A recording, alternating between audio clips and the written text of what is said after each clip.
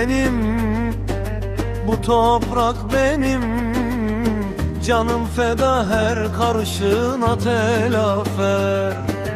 Bu Türkmen canım sana kurban olsun. Toprağım canım sana feda olsun. Telafer kalesi duvarı olsaydım, gidene gelene arkadaş olaydım.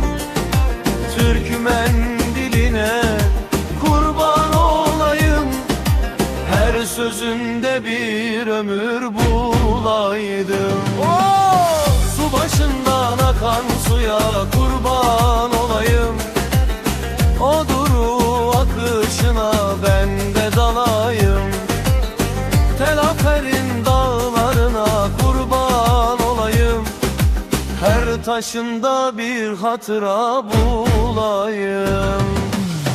Su başından akan suya kurban olayım, o duru akışına ben de dalayım. Telaferin dağlarına kurban olayım, her taşında bir hatıra bulayım.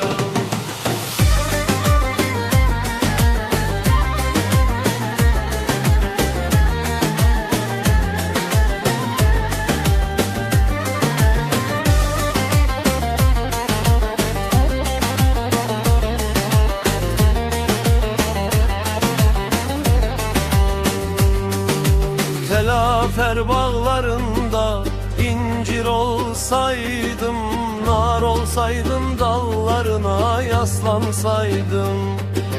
Bu canım kurban olsun toprağına, taşına toprağına adansaydım.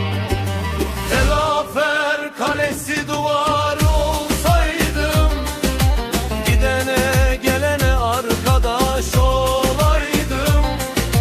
Türkmen diline kurban olayım, her sözünde bir ömür bulaydım.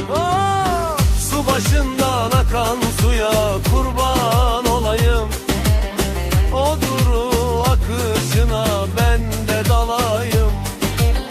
Telaferin dağlarına kurban olayım, her taşında bir hatıra bulayım. Su başından akan suya kurban olayım, o duru akışına ben de dalayım. Telaferin dağlarına kurban olayım, her taşında bir hatıra bulayım. Ne kadar uzak ol